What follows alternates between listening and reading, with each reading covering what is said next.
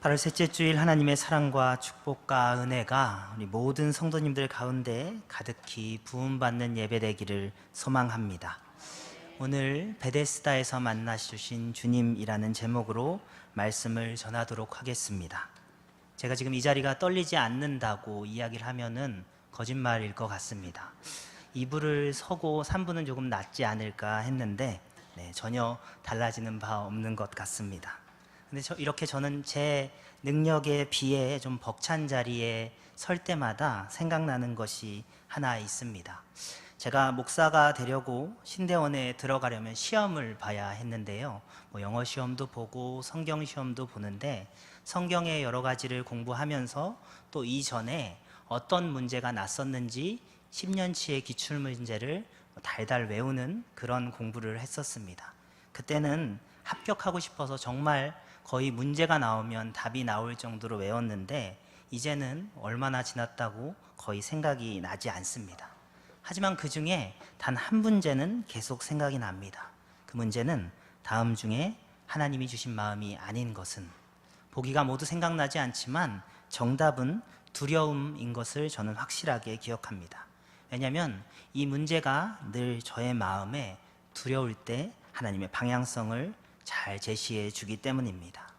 제가 처음 교역자가 돼서 설교를 할 때도 이 귀한 경동제일교회에 와서 고등부, 청년부에서 처음 설교할 때, 그리고 수요 예배, 오후 찬양 예배, 금요 성령 집회, 그 모든 처음의 두려움 속에, 그리고 마지막으로 얼마 전 120주년 연합수련회를 준비하는 그 과정들 속에 저는 제 그릇을 알기에 혹시 제 부족함이 교회의 여러 가지 부분에 방해가 되지 않을까, 우리 귀한 성도님들이 임하시는데 좀 어려움이 되지 않을까 하는 두려움이 굉장히 앞섰던 것이 기억이 납니다.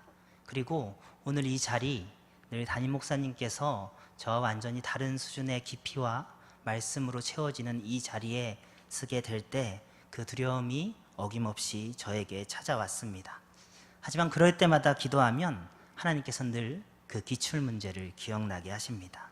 그러면서 그것은 내가 주는 마음이 아니니 안심하고 두려워하지 말라 하시며, 함께 하시는 우리 성도님들을 얼마나 사랑하는지 알려주시고 그 모든 시간을 주관하여 주실 것을 약속해 주십니다.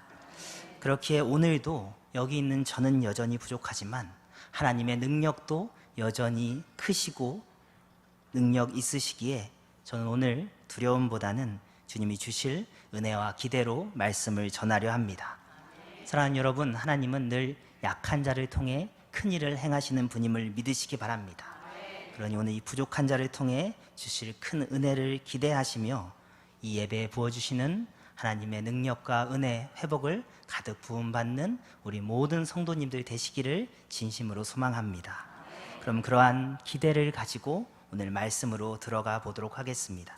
오늘 말씀의 배경을 살펴보기 위해서 먼저 본문 1, 2절을 함께 읽어보도록 하겠습니다. 함께 읽겠습니다. 시작. 그 후에 유대인의 명절이 되어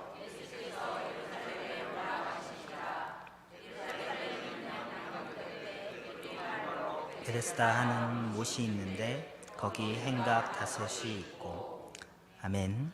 1절에 유대인의 명절이 되어 예수님께서 예루살렘에 올라가셨다 나와 있습니다. 예루살렘에 올라갈 만한 명절이면 이스라엘의 3대 절기 중에 하나라고 볼 수 있습니다. 근데 요한복음은 6월절과 예수님의 관계성을 많이 서술한 성경이어서 많은 성경학자들은 이 본문의 명절은 6월절이라고 보고 있습니다. 그 6월절에 예수님이 가신 곳은 예루살렘에 있는 양문 곁 베데스다라는 장소입니다. 이 양문은 예루살렘 성으로 들어가는 한 문인데 말 그대로 양이 지나다니는 문, 정확히 이야기하면 성전에 드려질 제물들, 그 사용할 동물들이 성전 내로 들어가는 그런 문을 이야기합니다. 그 양문 곁에는 베데스다 못이라는 곳이 있는데 그곳을 예수님이 가셨던 것입니다. 그곳은 본래 제물로 바쳐질 동물들이 조금 더 정결해지기 위해 깨끗이 씻기는 목적으로 만들어진 곳입니다. 2절에 보면 거기에 행각이 5이 있고 라고 써져 있습니다. 이는 베데스다 못의 크기를 어느 정도 설명을 해주고 있는 말씀인데요. 행각은 지붕 달린 정자를 뜻합니다. 근데 이런 지붕 달린 정자가 5채나 있었다는 것은 베데스다 못의 크기가 상당하였음을 알려주고 있는 것입니다. 그리고 그 3, 4절에 그 베데스다 못에 대한 설명이 나옵니다. 제가 읽어드리겠습니다. 그 안에 많은 병자, 맹인, 다리 저는 사람, 혈기 마른 사람들이 누워 물의 움직임을 기다리니 이는 천사가 가끔 못에 내려와 물을 움직이게 하는데 움직인 후에 먼저 들어가는 자는 어떤 병에 걸렸던지 낫게 되밀어라. 아멘. 여기서 3절에 보면 베데스다 못의 5 행각과 그 주변에 병자, 맹인, 다리 저는 사람, 혈기 마른 사람들이 누워 있었다는 것을 이야기해 주고 있습니다. 5개나 되는 행각에 그리고 그 주변에 병자들이 다 있었다면 그곳엔 정말 많은 병자들이 있었다는 것을 우리는 유추해 볼 수 있습니다. 그리고 이 많은 병자들이 모여 있는 이유는 4절에 나와 있는데요. 그 이유는 베데스다 못에 천사가 가끔 내려올 때가 있는데 그때 물에 닿으면 어떤 병이든 나았다는 것이죠. 그 때문에 이곳에 병자가 아주 많았습니다. 그것도 그때의 의술로는 절대 낫지 못할 병자들이 가득 몰려 있는 것이죠. 그렇게 몰려든 병자들 중에 한 명이 오늘 말씀의 주요 인물입니다. 5절에 그가 나옵니다. 5절을 보면 거기에 38배 된 병자가 있더라 라고 나와 있습니다. 38년이나 병을 앓고 있던 사람입니다. 몸이 말이 아니었을 것 같습니다. 그런데 이 병자는 몸만 아픈 것이 아니라 그 마음에도 깊은 좌절감이 있었습니다. 왜냐하면 여러분들 우리가 어떤 그룹에 있어 공통적인 것을 추구하게 되면 그것을 가장 잘하는 사람들이 우월한 위치에 놓이게 되고 또 존경도 받고 좋은 이렇게 추앙을 받게 됩니다. 예를 들어 공부를 목적으로 하는 학교에서는 공부를 잘하는 사람이 우월한 위치에 서게 되고 운동을 위해 모인 공동체는 운동을 잘하는 사람이 미술과 음악을 위해 모인 곳은 미술과 음악을 잘하는 사람이 좋은 대우를 받기 마련입니다. 그럼 이 베데스다 연못 근처에는 어떤 목적이 있습니까? 병의 치유의 목적이 있죠. 그런데 그 병의 치유를 받는 방법이 무엇입니까? 단 하나, 바로 베데스다 못에 천사가 와서 물이 넘칠 때 가장 빨리 그곳에 들어가거나 그 물에 닿게 되는 것입니다. 그러니 여기 베데스다 못에서 가장 우월한 입장에 놓일 수 있는 사람은 그 못에 가장 빨리 갈 수 있는 능력을 가진 병자들입니다. 안타까운 병자들이 모여 있지만 그곳에서도 우월이 가려져 있는 것을 우리는 유추할 수 있습니다. 그리고 그것이 그리 낯설지 않게 느껴지는 것은 사실 우리가 사는 어느 곳이든 그러한 비교와 그 경쟁이 있는 것을 우리는 알고 있기에 그리 이 부분이 놀랍지 않습니다. 결국 아픈 사람들끼리 모여 있어도 서로 우월과 상처를 주며 한 사회의 모습을 형성하는 안에서 오늘 나온 38년 된 병자는 6절에 보면 누워서 예수님과 대화를 하고 있습니다. 이를 보면 그는 걷지 못하는 상태가 매우 심각한 사람임을 우리는 알 수 있습니다. 그러니 공통된 목적을 가진 그 베데스다 못의 병자들 가운데서 가장 약자인 사람이 이 병자였음을 우리는 알 수 있습니다. 세상은 약자에게 그렇게 넉넉하지 못합니다. 가끔 동정심과 측은함에 그와 말도 섞고 사정을 들어줄 수는 있겠지만 결국 가장 중요한 순간에 계속 버림받은 그였습니다. 사회에서도 병을 계속 앓아 힘든 그였는데 병자로만 이루어진 그룹에서도 무시를 받고 소외되고 벌어지는 경험을 하는 상황 속에서 그는 아픔과 더불어 좌절을 느끼게 되었겠죠. 그런 병자이며 마음의 상처도 깊은 그에게 저 멀리서 한 무리가 다가옵니다. 그는 바로 예수님과 그 제자들입니다. 예수님께서는 그 많은 병자들 중에 그 한 사람을 꼭 집어 다가가고 계신 것입니다. 언제나 가장 약자에게 먼저 다가가는 예수님의 걸음은 우리가 배울 방향임을 여러분들 기억하시기 바랍니다. 병자는 반갑습니다. 38년의 절망과 무시 속에 있었던 그에게 한 사람도 아닌 한 무리가 자신에게 다가오니 말입니다. 예수님께서는 그에게 말을 겁니다. 6절에 예수께서 그 누운 것을 보시고 병이 벌써 오래된 줄 아시고 이르시되 내가 낫고자 하느냐? 예수님은 그에게 가서 질문합니다. 내가 낫고자 하느냐? 이에 그 병자는 대답합니다. 그 대답을 우리 한번 같이 읽어보면 좋겠습니다. 우리 7절을 같이 한번 읽어보겠습니다. 시작. 병자가 대답하되 주여 물이 움직일 때에 나를 못에 넣어주는 사람이 없어 내가 건너지만 그런 사람이 먼저 내어가라. 아멘. 병자는 자신이 물이 움직일 때 가지 못함을 갑자기 쏟아냈듯이 이야기합니다. 물이 움직일 때 날 아무도 도와주는 사람이 없습니다. 내가 기어가는 동안 다른 사람들은 나를 버리고 갔습니다 하면서 상처받은 그의 마음을 쏟아놓은 것이죠. 근데 여러분, 이 대화가 좀 부자연스럽게 느껴지시지 않습니까? 보통 내가 낫고자 하느냐 이런 질문에는 먼저 네, 물론입니다. 제가 낫고자 합니다 라는 대답을 한 후에 자기의 사정을 이야기하는 것이 보통입니다. 하지만 병자는 질문의 대답이 아닌 자신의 사정을 이야기하며 자기가 이제껏 낫지 못한 이유를 설명하고 있습니다. 왜냐하면 그는 그 못에 가는 게 너무나 큰 소망이었기 때문입니다. 그곳에만 가면 내가 나을 수 있는데, 저곳에만 가면 내가 이 비참한 생활을 끝낼 수 있는데, 가지 못하는 자신의 처지와 소외됨과 상처 속에 모든 것을 해줄 수 있는 구원자 앞에서 자신의 상처와 생각에 사로잡혀 자신의 방법인 베데스다 못으로 가야 한다는 말을 하고 있는 것입니다. 이는 그가 예수님께서 어떠한 능력을 가지신 분인지 모르기 때문에 나온 대답인 것을 우리는 알 수 있습니다. 그래서 저는 이 모습이 우리 사람의 모습을 참 잘 대변해 준다고 느껴졌습니다. 주님을 알지 못하며 고난의 삶을 살아가는 사람들에게는 하나씩 이런 베데스다 못이 있지 않은가 싶습니다. 이것만 풀리면 되는데, 이것만 잘 되면 되는데, 이것만 주시면 내가 이 문제를 해결할 수 있는데, 나의 정답, 나의 소망을 다들 가지고 있습니다. 그런데 그렇게 살아가다가 어렴풋이 주님을 만나게 되면 주님께서 우리에게 물으시죠. 내가 무엇을 원하느냐? 내게 무엇을 하여 주기를 원하느냐?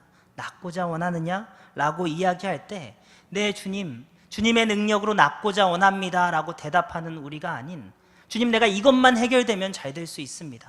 주님 내가 이것만 주시면 내가 나아질 수 있습니다. 이렇게 무지하고 상처 많은 인간은 모든 것을 해결해 주실 분 앞에서 언제나 어리석게 나의 작디 작은 정갑을 외치는 때가 많음을 우리는 우리의 모습을 되돌아보며 또 주변의 다른 이들을 보며 알 수 있습니다.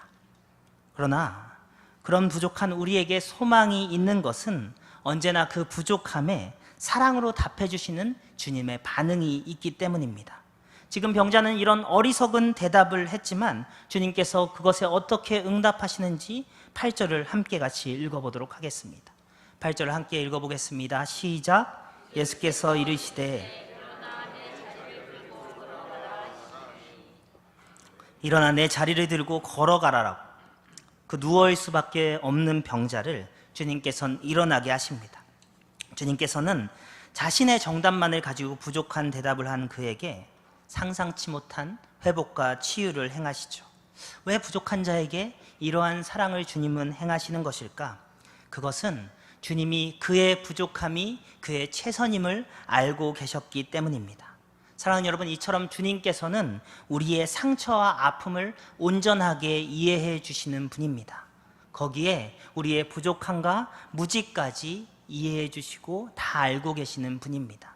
그래서 우리가 부족한 이야기로 나아갈 때 주변의 사람들은 너 믿음이 그것밖에 안 되냐? 너 그것밖에 못하냐? 라고 지적할 수 있지만 주님은 그 모든 상황과 마음을 아시기 때문에 그것이 최선인 줄 아시고 부족한 기도에도 주님의 인도하심을 주는 사랑의 분임을 여러분들 기억하시기 바랍니다. 그럼 여러분 이 부분을 확실하게 기억하십시오. 우리가 정답을 외치기 때문에 좋은 것으로 나아가기 때문에 주님이 주시는 것이 아닙니다. 주님께 나아가기 때문에 주님이 우리에게 응답하여 주신다는 것을 여러분들 기억하시기 바랍니다. 그러니 세상에도 사람에도 먼저 의지하지 마시고 부족한 나를 그저 주님께 그대로 가지고 나아가 아버지께 매달리는 여러분 되시기 바랍니다.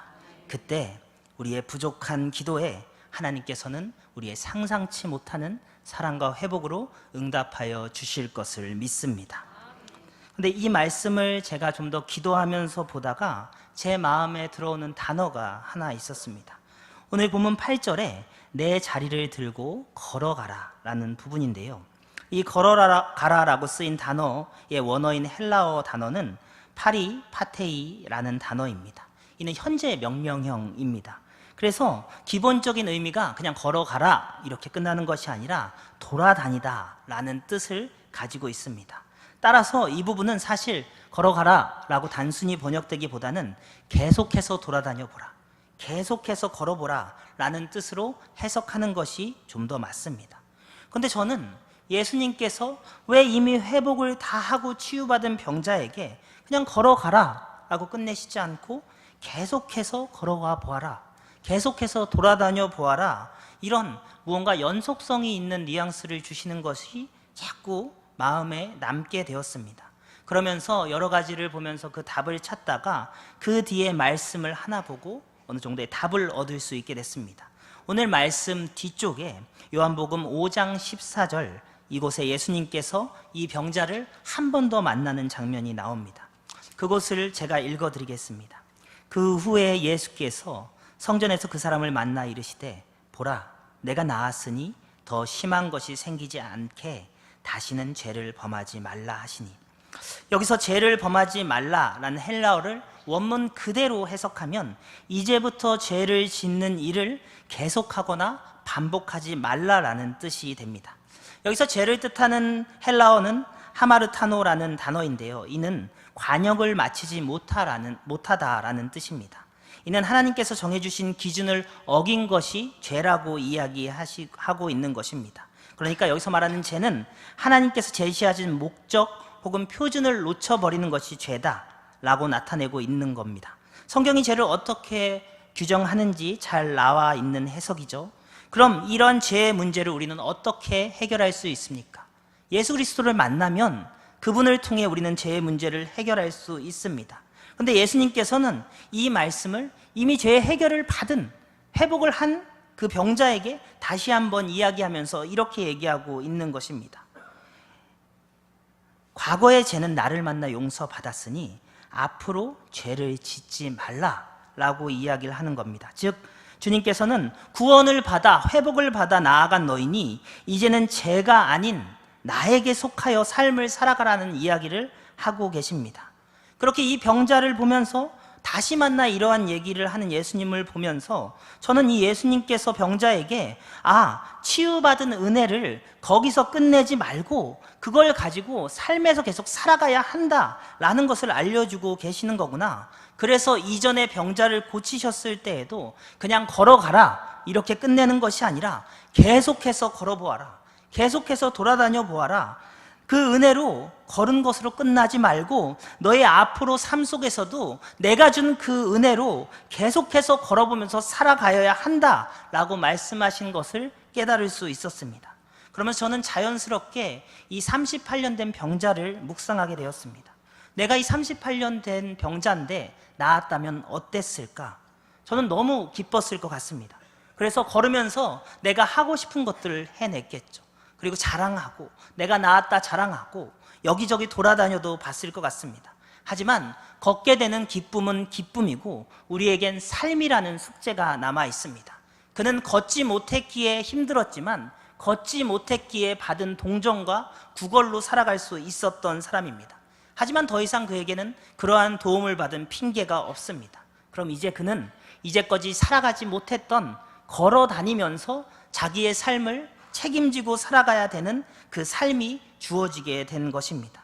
그럼 그런 삶을 살면서 그런 걸 해본 적 없는 그에게 어떠한 일이 생기는 것입니까? 이전처럼 저 베데스다 못에만 가면 내가 이게 해결될 수 있는 데와 같은, 내가 이것만 주어지면 지금보다 더 잘 살 수 있는데, 내가 이것만 있으면 지금보다 더 잘 나아갈 수 있는데, 이런 또 다른 베데스다가 그 안에 생겨날 수 있지 않았을까라는 마음이 들었습니다. 주님이 주신 그 은혜는 뒤로 두고 이제는 또다시 내 소망을 품고 나아가는 그의 모습이 마음에 묵상이 됐습니다. 제가 왜 이런 묵상을 하냐 물으신다면 그게 저의 모습이며 하나님을 만난 자들의 흔한 모습이기 때문입니다. 우리는 이 병자처럼 예수님을 만나 은혜를 입고 주님만 있으면 충분하다고 진심 어린 고백을 하며 은혜에 감사한 일을 경험하지만 다시 삶을 살아가며 여전한 삶의 문제 속에 고난 앞에 나의 생각, 세상의 기준을 이야기하며 예수님과 함께 간다는 것은 뒤로 두고 내가 이것만 있으면, 내가 이것만 되면, 내게 이것만 주어지면 하는 나만의 베데스다가 우리는 다시 생겨나지 않을까. 그래서 주님을 만나기 전에 바라보았던 세상적 기준이 다시 내 안에 품어지는 그런 내가 발견됨을 우리는 우리의 삶을 통해 알 수 있습니다. 그런 우리 공동체가 그러한 수준에 머무르지 않고 이제 주님을 향한 은혜로 계속해서 걸어 나가시길 주님은 바라시는 마음으로 이 말씀을 주신 것 아닌가, 저는 이러한 마음이 강하게 들었습니다. 그러면서 하나님께서 저에게 한 가지가 생각나게 하시더라고요. 여러분, 담임 목사님께서 이번 연도부터 우리 교회에 함께 하자고 하신 캠페인이 무엇입니까? 바로 일상의 복음 캠페인입니다. 삶 속에서 하나님의 은혜를 실천해서 계속해서 그 은혜로 걸어가자는 그 캠페인 말입니다. 그러니 이 모든 것이 맞춰지기 시작하는 겁니다. 하나님께서는 이 120전의 모든 행사와 또 수련회를 통해 우리에게 많은 은혜를 계속 부어주셨습니다. 그럼 그 은혜를 받은 우리 경동제일교회가 주신 은혜로 삶을 계속해서 걸어나가 하나님을 소망하며 일상의 복음 캠페인을 통해 가정과 교회의 부흥을 이뤄나가는 자들이 되어야 함을, 그런 자들로 하나님이 이끄실 계획이 있음을 하나님께서는 이 말씀을 통해 우리에게 알려주고 계시는 확신이 들었습니다. 그리고 그 기도 안에서 예수님께서는 이 베데스다 못의 병자와 동시에 우리에게 그 일상의 복음을 실천할 수 있는 방법으로 계속해서 걸어 다녀 보라 라는 말씀을 우리 공동체에 전해주고 계심을 저는 믿습니다.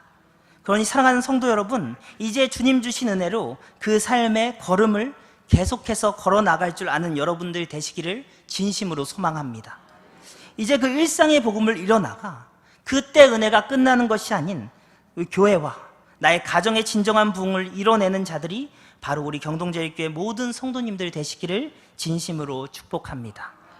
제가 접한 남포교회 박영선 원로 목사님의 저서에 이런 이야기가 있습니다. 그리스도인이 주님으로 그 삶을 살아가는 것은 마치 산을 오르는 것과 같다. 산을 올라가는 자에게는 자기가 오르는 산이 보이지 않는다. 그래서 산을 올라가다 보면 처음에 100m를 올라가고 그 다음 100m를 올라가도 그저 풍경이 똑같아 별 변화 없이 고생만 하는 것 같다는 생각이 들 때가 많지만 어느새 오르다 보면 주변의 나무가 걷히고 시야가 확보되어 지상에서 보이지 않는 것들이 보이게 됨을 우리는 알 수 있다. 그렇게 하나님의 길을 꾸준히 걷는 자들은 어느 순간 이 땅에서 얻을 수 없는 시야와 지혜가 주어지고 그 삶을 살아가는 실력을 얻게 되는 것이다 라는 글을 전 보게 되었습니다. 우리는 경험할 수 있습니다. 우리가 어렸을 때 큰 문제라고 느꼈던 것들이 크고 나니 별 문제가 아니었던 것을 말입니다. 그러니 우리가 삶을 살아가면서 도저히 이겨낼 수 없을 것 같은 상황에 큰 벽이 내게 있어 그것을 부수어야 할고, 그리고 그때 어떤 큰 은혜로 나아가야 될 것 같지만 사실 하나님의 길을 꾸준히 걷는 자들에게는 그 벽이 부서지지 않아도 그 벽보다 더 커지는 실력과 성장을 하나님께서 주어져 그 벽을 넘어설 수 있는 은혜가 주어진다는 것을 우리는 하나님의 길을 가는 그 경험을 통해 알 수 있습니다. 여러분들 이러한 것들을 경험해 보시지 않았습니까? 언젠가부터 주님으로 견디어 나아가면 나에게 방해되는 것들에서 자유되는 그런 경험 말입니다. 나보다 낮은 벽은 넘어가면 그만입니다. 그러니 사랑하는 여러분, 주님의 은혜로 계속해서 걸어가는 자에게는, 일상의 복음을 실천하며 살아가는 자에게는 하나님께서 그 삶의 문제들과 상황과 상처보다 더 큰 실력의 성장으로 인도하여 주셔서 그 삶을 살아낼 진정한 능력의 은혜가 주어짐을 여러분들 믿으시기 바랍니다. 그러니 사랑하는 여러분, 올해 부어주시는 은혜를 기억하며 이제 그 삶에 계속해서 주님의 은혜로 걸어가는 여러분들 되시기를 진심으로 권합니다. 그럼 무엇을 해야 하는지 방법을 말씀드리면, 앞서 예수님이 이미 말씀하시지 않았습니까? 계속해서 걸어보아라. 늘 매일의 삶 속에서 하나님을 인식하며 그분이 주시는 마음으로 사는 노력을 해야 하는 것입니다. 그리고 그 마음을 삶으로 실천해야 되는 노력도 매일 있어야 하죠.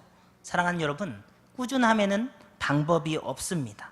그저 꾸준할 습관을 가지려고 내 의지를 내려놓고 주님께 두 손 들고 나아가는 것이 방법입니다. 그러니 여러분, 그것을 위해 여러분들에게 잘 맞는 큐티든 기도든 새벽 기도든 주중 예배든 가정 예배든 새로운 노력을 해가며 또 그 받은 은혜를 실천해가며 주님을 계속 따라가는 그 삶을 걸어보는 여러분들이 되시기를 바랍니다. 그런데 그 길을 가는 것이 조금 문제가 있을 수 있습니다. 저는 이 일상의 복음 캠페인을 우리 청년들과 같이 권하고 실천하고 있는데요, 모두가 다 하지는 않지만 그중에 몇몇 믿음의 좋은 친구들이 그 은혜를 삶으로 살아가는 모습을 보이고 있습니다. 새벽 예배도 드리고 가정 예배도 드리고 삶 속의 말씀도 보고 하면서 말입니다. 근데 그렇게 잘 걸어가는 청년이 한번 저에게 와서 이런 이야기를 했습니다. 요즘 하나님이 나를 훈련시키는 것 같다, 나를 이끌어 주시는 것 같다, 이렇게 훈련시키심에 나아가는 것이 진짜 가치 있고 좋은 것임은 알고 있는데 그걸 살아내는 게 생각보다 정말 쉽지 않다라는 이야기를 하는 것입니다. 여러분, 맞습니다. 사실 꾸준히 주님을 바라보면서 한 걸음씩 계속 걸어가는 그 삶은 어렵고 힘든 것이 사실입니다. 일단 매일의 기도로 습관을 가지는 것도 어렵고, 그리고 그 매일의 기도로 하나님을 만나게 되면 이전에 불편하지 않은 것들이 나에게 불편하게 느껴지고, 그리고 당장 손해로 느껴지는 것들을 자꾸만 행하게 되고 양보하게 되고, 그래서 세상에서 내가 좀 밀려나는 거 아닌가, 이런 불안을 가지게 될 수 있는 것 같습니다. 하지만 여러분, 하나님이 주시는 분명한 희망을 붙잡으시기 바랍니다. 시편 126편 5절에서 6절, 눈물을 흘리며 씨를 뿌리는 자는 기쁨으로 거두리로다. 울며 씨를 뿌리며 나가는 자는 반드시 기쁨으로 그 곡식의 단을 가지고 돌아오리로다. 아멘. 사랑하는 여러분, 기억하시기 바랍니다. 아주 좋은 예를, 실질적인 예를 들어주지 못해 죄송한 마음은 있지만 여러분, 말씀보다 실질적인 예는 없습니다. 영원하신 주님의 말씀에 붙잡힌 그 말씀보다 실질적인 증거는 없습니다.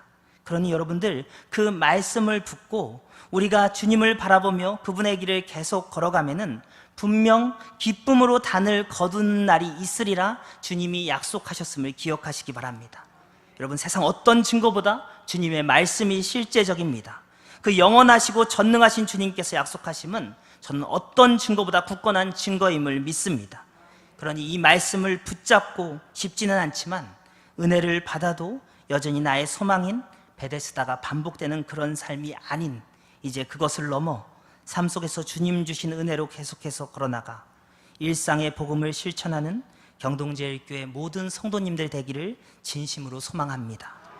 그렇게 예수님의 길을 따라 걸으며 눈물로 씨를 뿌릴 줄 아는 우리 모든 성도님들에게 하나님이 주시는 삶의 실력과 부흥은 물론 기쁨으로 단을 거두는 하나님의 은혜가 주님의 약속을 증거로 가득히 임할 것을 진심으로 축복합니다.